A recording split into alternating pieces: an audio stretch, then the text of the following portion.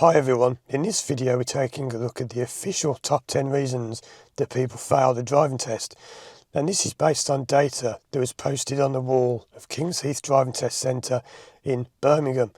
Now although it was specific to that test centre itself, it doesn't matter because these things can apply wherever you are in the UK, and I'm also going to give you 2 bonus reasons why people fail, which are really more important than any of these on their own.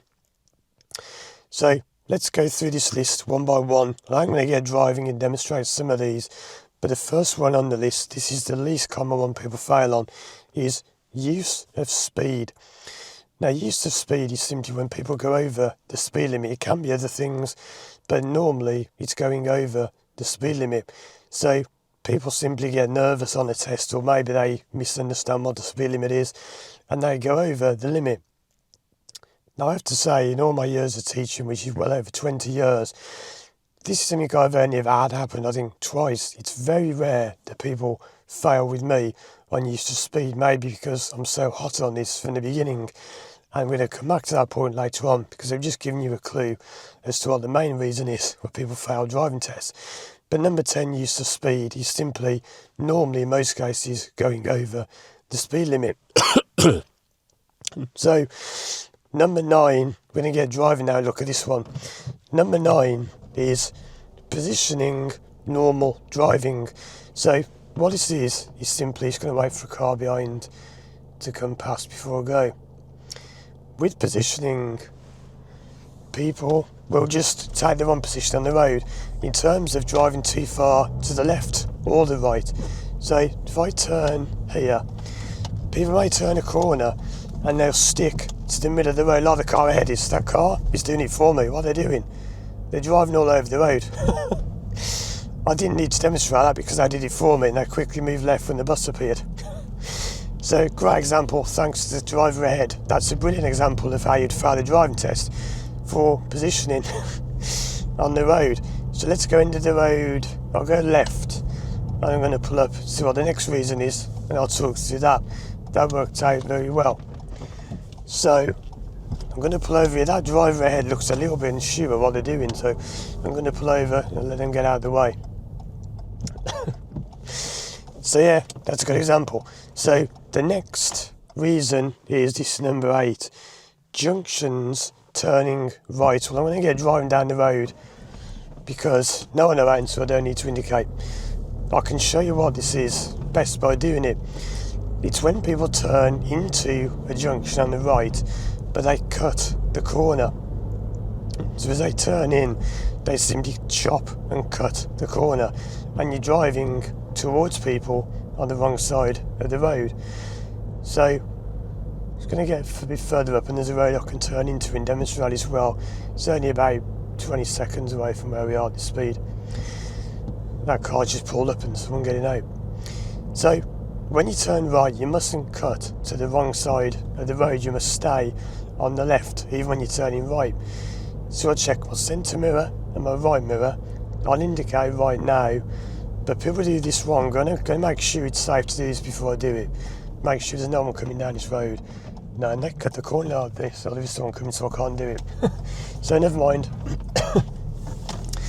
This is always a problem when you're demonstrating on video what not to do. You've got to be very careful you don't just do it wrong and inconvenience people. I will show you that later on if I can, but it's simply if I start to do it now. I'm turning right and I just cut the corner. I make sure no one's coming, but I cut the corner like this and I'm just going in the wrong side of the road. Or there's a car coming, they stop. Too late, because you've stopped them. If you make another road user take an action they didn't intend to, then you will normally be failed on your driving test. So, not the best example there, sorry, but I have to be very careful, like I say, as I do this. I don't want to go driving around dangerously when it's a video promoting safe driving. So let me pull over here, and no one around, no signal needed, and I'll check what the next one is. So next reason, number 7, is moving off safely. So this is a classic, this is what loads of people get wrong. And sorry if I'm losing my voice, I've only just got over flu recently and I've got a really bad throat. So, moving off safely, this is what everyone does wrong. I'll make sure no one's around, but people do this. You just failed already. What did I do? I'll do it again. You just signalled to say you're going, and you're not even ready. The car isn't even on. So, it's in standby mode. You must do POSH, P-O-S-H. Prepare, observe, signal, handbrake. So you prepare, clutch down, first gear if you need to, set the pedals, bit of gas, bit of clutch. Observe, mirrors and blind spot as the minimum. You can check the left, you can check the left mirror, you don't have to. The minimum is centre mirror, right blind spot. Signal if necessary. If no one's there, who you're signalling to. Now on the L test it doesn't matter, but if you do that on an advanced test, if I do that, I've just failed my advanced driving test for that. So on the L test, don't worry, you can signal whether or not anyone's there. But if you're indicating, regardless of whether anyone is there or not, it does give the impression you're not really looking around you, because they might say to you, who are you signalling to? Like, there's no one around, don't signal. And I know that because I failed my first advanced driving test on doing that. We're not talking advanced, I know that. But if I move off again in a moment, I must do prepare. So you put into first gear, gas, clutch, prepare the car. Some people call pedals, P, pedals, prepare. I think it's better because it's more than just the pedals. So you pulled over and they asked you to move off. Prepare, clutch, first gear, bit of gas, bit of clutch.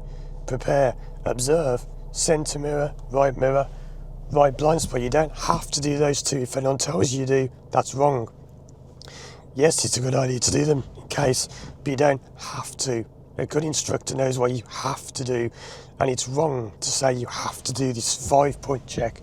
Incorrect, you don't. You only have to do middle mirror, and right blind spot. So yes, it's good to do those, it's a good idea to do them, but you don't have to do them. Signal if necessary, no one around, so I wouldn't signal. Handbrake comes off, then off I go. But don't do in the wrong order. What people do is, like, handbrake off, you're not even ready to go. You're going before you've even looked. The main one is this: people go signal. You looked in the mirrors maybe, but you haven't checked your blind spot.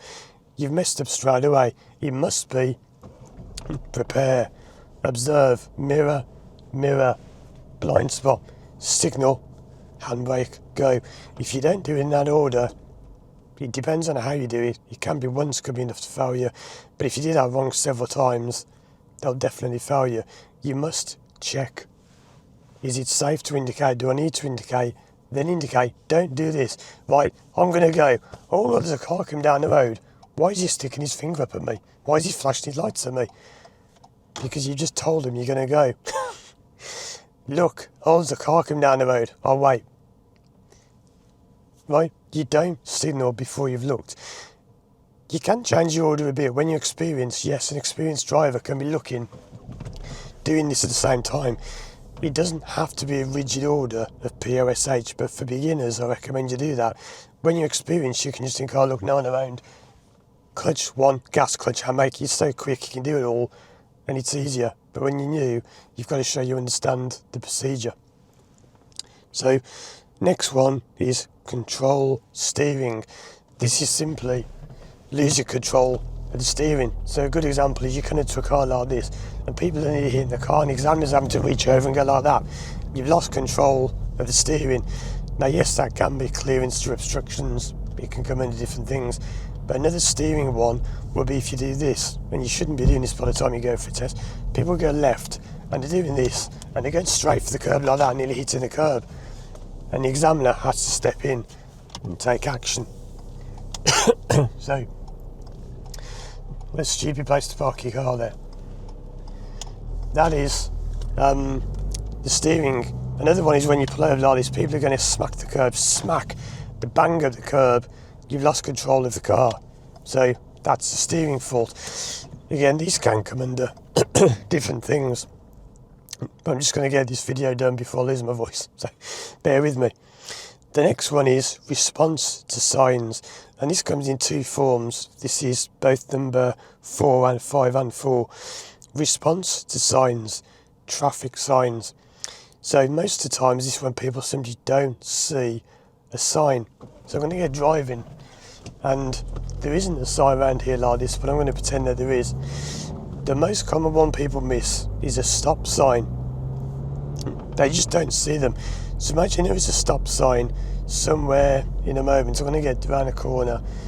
And this is the thing, if you learn in Birmingham, there are not many stop signs at all. I think if you go within about 3 mile radius of where I am, there are only, I think, about 4 stop signs in the whole of that area. So they're quite rare. So if you miss a stop sign, let's say I'm going to go back down this road because there's another place I want to go in a moment to demonstrate another point. Imagine there is a junction where this being on the left is not the best place to stop because that junction there. But imagine there is a stop sign somewhere here and people get to a junction and they're going to go like this and they roll up and they go to 1 and they just go. You haven't stopped at a stop sign, you must stop dead like that. There must be no rotation of the wheel. Okay, it doesn't matter if you put a handbrake on, you don't have to. I've done another video on that. I did that years ago. But you must stop dead. And it's just one example out of a stop sign. If you don't follow what the signs say, in other ways, it could be a one-way sign. So it could be you get to the end of the road and the sign says left only and you ask the examiner, which way are we going? Well, there's a sign there saying left only. Your response to traffic signs was incorrect. So the next one is response to road markings. There's a great example of that here, which I want to go, and this is why I wanted to come this way. I do feel fine, by the way. It's just I've had this cough. I had flu recently, and I feel absolutely fine, but it's just I've still got this annoying cough. So the great example in a moment. So I'm going to go around here. See if you can spot what people miss here. So on the roundabout, I'm going to go ahead or right, whatever you want to call it. I'll call it right. What do people miss? Have you seen it? What do they miss? To give way. On this roundabout, you give way to your left. And people often don't see things like that. That's your response to road markings. There are markings on the floor, did you see? To give way lines. There's a sign and road markings, and if you don't see the road markings, that's what that is when you simply miss the markings. Yep, that's good, that car gave right like they should. So I'm going to pull up in a moment and we'll go over the next one. I'm going to go into the road right, and we're now getting into the ones that are the big 3, the top 3 reasons for failing tests, and these are the ones that really apply all over the country. That's how those ones do anyway, the ones I've just been through. But these are the big boys, as it were. So I'm going to pull up on the left just over here. Get us enough for the car behind. For the driver behind, not the car behind. So number 3 is, something I just did well there, mirrors changing direction. Most people just don't check the mirrors, and it's incredible how, if I get driving again now, when you go for a driving test, you really should be checking your mirrors by that stage, but people don't. And when it comes to changing direction, this is what people do. Now I know there's a car behind me because I've just looked and I've seen it, but imagine if I don't look at my mirrors. People just do this. They've got no idea what's behind them at all, and they're braking, they don't even know what's behind them. What's that noise? Why is that car blasting the horn at me? Because you didn't know they were there and you braked too hard and you slowed them down suddenly, that's why. I'm aware of the car behind now, who obviously doesn't want to drive the speed limit because they're flying down the road towards me. But I'm aware that they're there, so I'm checking again, they're still there. I'm going to signal to the right. Let's see if they indicate. Nope, they haven't got, yep they are, that's good. At least they're signaling. So I'm going to slow down. I'll handbrake here because he's fairly busy, but they're waving me out. So off we go. I'm going to pull up on the left to go with this person behind who's intent on crashing. So that's using your mirrors. Great example again. If you don't see idiots behind you, then they'll often crash into you and get out and blame you, even though it's their fault. So you must make good use of your mirrors. I find that really hard to do when I'm just signaling and I haven't checked my mirror. You must make sure you do middle mirror, and then whichever way you're going to go, generally you check them in pairs. So you check the centre mirror, and then whichever way you're going to go. And I find it really hard when I'm doing these videos and I have to not look in the mirror. It's like, I find it's impossible to do that before I've looked in the mirrors, because I'm so used to doing mirror, signal, manoeuvre, mirror, signal, manoeuvre, not signal, manoeuvre. Oh, what was the other one? Oh, mirrors. Yeah, was anyone there? I don't know. You must do your mirrors before anything apart from emergency stops, and even then you would generally have been checking the mirrors along the road. The second one is something I don't need to drive for. I'm going to turn the engine off just for now. Number 2 is positioning, lane discipline. Or you can have some fun with this. This normally comes down to choosing the wrong lane or not such a good lane at a roundabout. And when you teach roundabouts, I've done a video on this which is quite popular, on how to do spiral roundabouts, gyratory roundabouts. This is something you just cannot get through to people when you teach them to drive. You choose the lane as far left as you can. Doesn't matter which way you're going, if you're going left, going ahead, going right, you choose the lane as far to the left as possible. But people just don't get that. And loads of people will just go middle lane ahead when the left lane also went ahead. But what they get wrong is they cut the lanes up. So they start off in the left lane, and as they go ahead on the roundabout, they chop into the right lane. This is very hard to show you on this with me sitting still. But they come into a roundabout, and instead of hugging the left, that's your left as you look at this, instead of hugging the left like that and following the lane, they just go straight. Now I've done a whole video on that which explains it better, so go and check out my video on spiral roundabouts. But simply, it's lane discipline.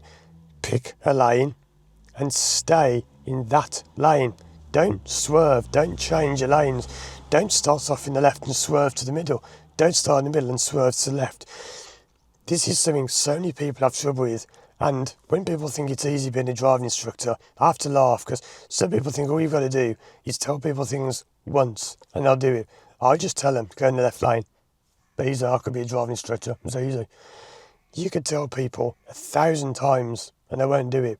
And you can use all the psychological tricks you want. You can use hypnosis and NLP and all these things. People still won't do it because people just don't get it. It takes a while to pick this stuff up. I'm not making fun of learners. I know it takes a while to learn this stuff. But you have to follow the lane. Watch my video on spiral roundabouts for a better example. But that is one of the biggest things people fail on. And the other one, the big one, which is probably the number one at all test centres across the UK, is Junctions observation.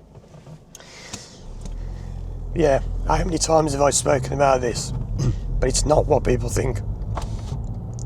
So, what people get wrong is it's not that they're not looking enough, it's that they haven't been taught to do junctions properly. They haven't been taught to approach them properly. And what people teach incorrectly very often is what I'm going to do now, which is they'll just go mirrors, signal, stop, handbrake, 1. If you're being taught this, get rid of your instructor. They're rubbish. You do not approach junctions like that. The reason people fail on junction observation is because they're not creeping, they're not taking effective observation at junctions. So they get to a junction and they just stop dead and they can't even see, and then they just go. And this is something people often don't get. A lot of instructors, because if you don't know, I've trained hundreds, probably thousands of instructors, and they say, why is it my pupils just don't seem to look at junctions? It's not that they're not looking, it's because you haven't taught them a method that enables them to look. So I'm going to do it now. Do you notice that silver car in the distance just cut the corner? I'm going to sit up because the car behind has been too close. They don't want to stick to the speed limit. So I'm slowing down. I'm going to go into this turn, and in a moment I'll show you what I mean about junctions. You must do clutch control, what we call peep and creep. The main reason people fail, it's not that you're not looking, because people get marked down for not looking. Everyone says, why don't people look at junctions? It's not that you're not looking, it's that you're unable to look because the method that you've been taught at junctions doesn't allow you to look. So this is something I don't know if any instructor understands this. I might be the only one in the country who actually gets this. Because this is something I've taught over and over and over again. And when I explain it to people, they say, oh, now I get it. Now I understand. So let me show you on the road here when I get to the end of this one. At the end of this road, I'm going to turn right and watch the way that I peep and creep. I creep and creep and creep and creep. So I do my centre mirror and my right mirror. I'll stick on the right when I'm past this junction, but watch the way I control the car. Brake, clutch, no rush for the gear. Wait, look, look, look, look, creep, creep, roll, roll, roll, roll, creep, creep, go. If you're not being taught that, change your instructor. Because most instructors, and I mean like 95% plus, probably 98, 99% would teach people to just stop. You get to a junction, stop, handbrake, set the pedals. Nonsense. How? And I say to these instructors, is that what you do? No, I don't do that, of course I don't. Well, why are you teaching it then? Well, because they're learners.